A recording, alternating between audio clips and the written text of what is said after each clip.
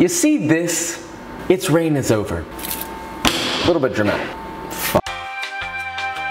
The point is, a little bit of fermentation, minimal ingredients, and we can do better than that. It's Fermentation Friday, we're back baby, roll that intro.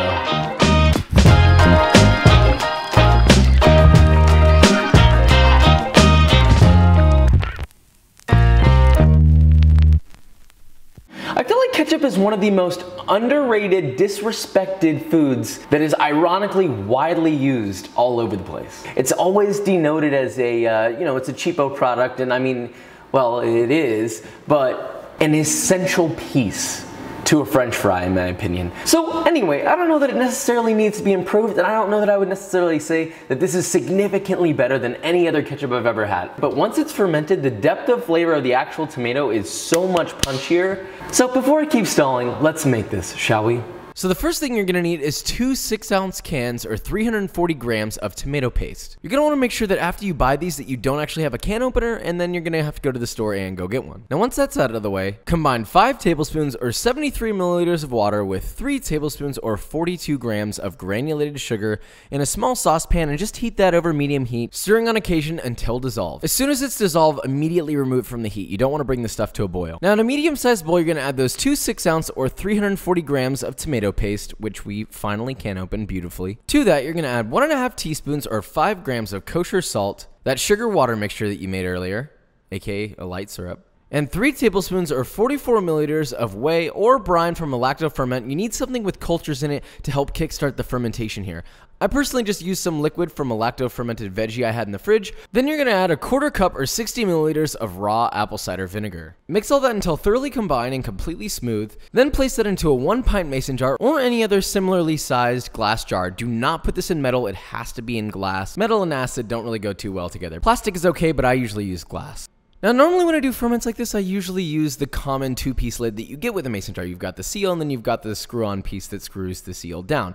Now, I found these really cool seals that have a plastic seal in the center of them. That way you can place an airlock on the actual mason jar, so you don't have to burp it. You don't have to seal it and then burp it every few hours or whatever. You can literally just close this super tight and then place your airlock on top. I thought it was pretty cool. I found it at a local brew shop, but I'll put something down in the description below that is either the same thing or something similar enough. Now, for those of you who watch regularly, you already know I'm going to say, don't forget to label your ferments. Trust me, it becomes a nightmare if you don't. Then just let that bad boy sit out at room temperature for 2 to 3 days, and you'll notice it start to get a little bubbly. You might see your airlock bubbling here and there. It won't bubble a ton, but you'll see tiny little bubbles in your ketchup. And then by the 2nd, 3rd, or maybe even the 4th day, it should have changed flavor. It should have a more deep flavor, a little more acidic, and just overall a little more umami to that whole thing. And if you want it to be a smoother consistency when it's done, you can always just pass it through a chinois or tammy, which there will be a link for in the description. And that's it. You've got Lacto Fermented ketchup, but you need something to use that ketchup for. Oh shit, it didn't work. Now, the first obvious answer would be French fries. I made some quickie ones, but I would recommend doing it the right way. I just dropped these in some oil and fried them for about 15 minutes on high heat until they were crispy. They weren't perfect, but they were still pretty tasty, not gonna lie. This is not the right way to do that, though. Now, the next obvious answer to me would be also to make a burger sauce. Like mayo ketchup, but Lacto Fermented ketchup?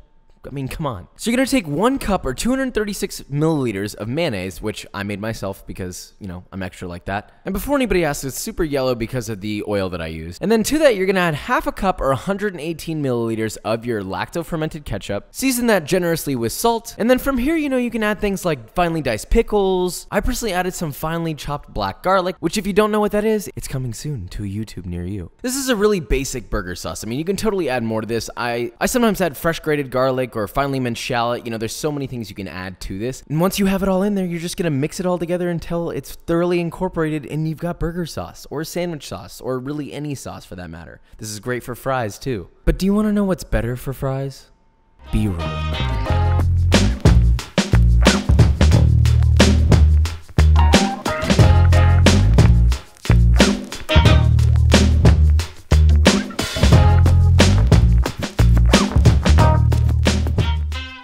Guys, and that is it. So, it's ketchup and it's fermented.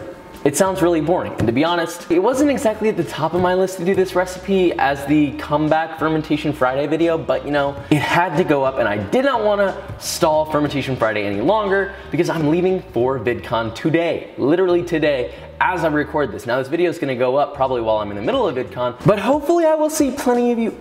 Oof, spitting. But hopefully I'll see some of you there. And also one more thing, I've been getting a lot of questions and DMs on Instagram and whatnot, which by the way, if you don't follow me, links are below in my description. You're gonna like the way you social media when you see me. I don't know why I said that. If you haven't heard, I left the restaurant that I've been at for the last 2+ years, and I've been getting a lot of questions as to why, what's next, and I'm thinking about putting out a video for that. So if you're interested in that, please leave a comment or whatever, DM me, let me know. But if you enjoyed this video or you learned something, leave a like, subscribe, and I will see you next time.